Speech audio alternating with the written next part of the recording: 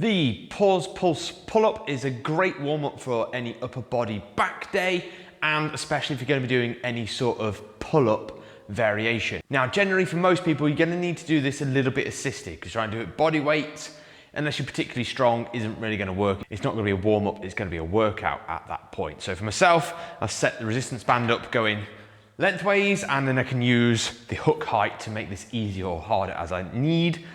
And then for you, maybe you can just hook bands round and use different weights of bands for your choice.